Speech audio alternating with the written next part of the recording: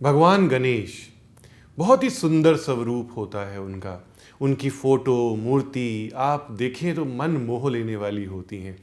इन्हें कहीं पर भी आप मिस नहीं कर सकते। देश विदेश कहीं पर भी आप जाते हैं, भगवान गणेश हमें देखने को ज़रूर मिलते हैं। अब क्वेश्चन ये है कि भगवान गणेश क्या मेन डोर के ऊपर होने चाहिए, कैसे होने चाहिए। मेरे पास बहुत सारे प्रश्न आते हैं, बहुत सारी क्वेरीज आती हैं कि सर आप ये बताइए कि भगवान गणेश किस में लगाएं, हम पंचधातु में लगाएं, पीतल में लगाएं, कॉपर में लगाएं, मेटल में लगाएं, मार्बल में लगाएं या किसी पिक्चर के फॉर्म में लगाएं। उनकी सूंड कहाँ होनी चाहिए, राइट होनी चाहिए, लेफ्ट होनी चाहिए। तो क्या यह मैटर करता है? आप इतने फास्ट फॉरवर्ड ज़माने में हैं कि आप OTT प्लेटफॉर्म्स देखते हैं, कोई भी रिमोट उठाते हैं और आपका जो एपिसोड है, जो आपका सीरियल है, जो आपकी वेब सीरीज़ है, उसको फटाफट आगे कर देते हैं। लेकिन हम चाहते हैं कि भगवान हमारे साथ हमेशा रहें। हम भगवान को अपने दरवाजे के ऊपर एक पहरेदार की तरह बिठा देना चाहते हैं। लेकिन जब एक ब्राह्मण देव, एक पंडित जी जब हमारे घर में पूजा करने के लिए आते हैं तो उनको बोलते हैं कि पंडित जी ज़रा जल्दी कीजिए, मंत्र थोड़े शॉर्ट फॉर्म में पढ़ लीजिए, हमें बिजनेस मीटिंग में जाना है, बिजनेस डीलिंग में जाना है। भगवान गणेश जब आपके दरवाजे के ऊपर हैं तब कबूतर आ रहे हैं, उनके साथ बैठ रहे हैं, कई प्रकार की गंदगी आ रही है, उनके ऊपर लग रही है। बारिश में, हवा में मिट्टी आ रही है, बहुत सारी चीज़ें आ रही हैं, गर्मी है बहुत ज़्यादा। आप तो अंदर AC में बैठे हैं, एयर कंडीशन रूम है, लेकिन भगवान गणेश आपके दरवाजे के ऊपर हैं। तो क्या फ़र्क पड़ता है कि वह किसी भी मेटल में हो, चाहे आप स्वर्ण में ही क्यों ना उन्हें बना दें। भगवान गणेश तो आपके दरवाजे के ऊपर बैठे हैं, आपकी रक्षा कर रहे हैं। तो क्या भगवान गणेश घर के अंदर नहीं है? क्या उनका नाम सर्वव्यापी नहीं है? क्या वो कण कण में नहीं है? सुनिए, समझिए मेरी बात को कि भगवान गणेश को बिल्कुल भी आपने दरवाजे के ऊपर नहीं बैठाना। कलयुग है, हम इस कलयुग में सिंबल्स का प्रयोग करेंगे।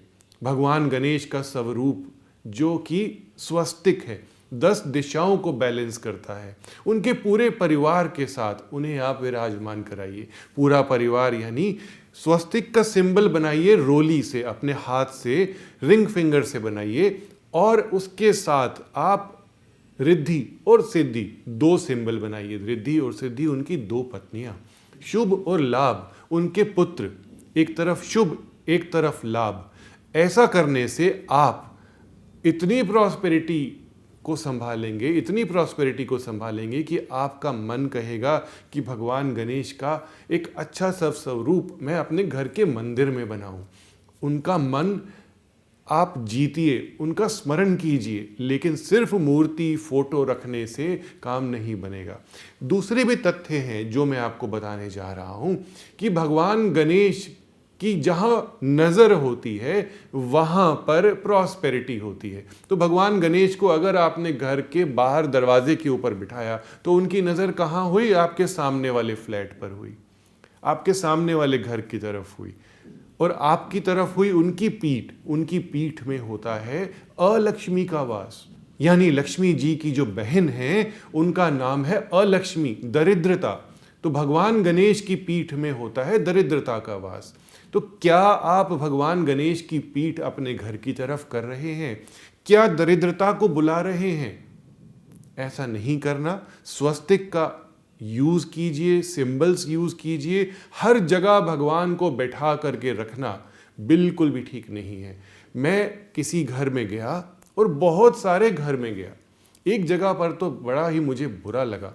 एक जगह पे बार जहाँ पे आप अल्कोहल सर्व करते हैं, अल्कोहल पीते हैं और एक इंटॉक्सिकेशन होता है आपका कि आप इन वर्ल्डली चीज़ों को भूल करके एकदम थोड़ा सा गुम हो जाएं सिंथेटिकली, क्योंकि जो स्पिरिचुअलिटी से आप अपने मन को, कॉन्शियस को सुला सकते हैं वह इन पदार्थों से आप नहीं कर सकते। तो वहाँ पे भगवान गणेश की एक सुंदर सी मूर्ति अल्कोहल के साथ यानी कि विस्की वाइन्स के साथ रखी हुई थी।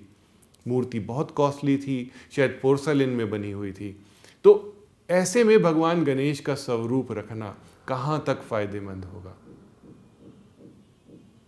सोचिए, समझिए और स्पिरिचुअलिटी को, डिविनिटी को रिफाइन कीजिए।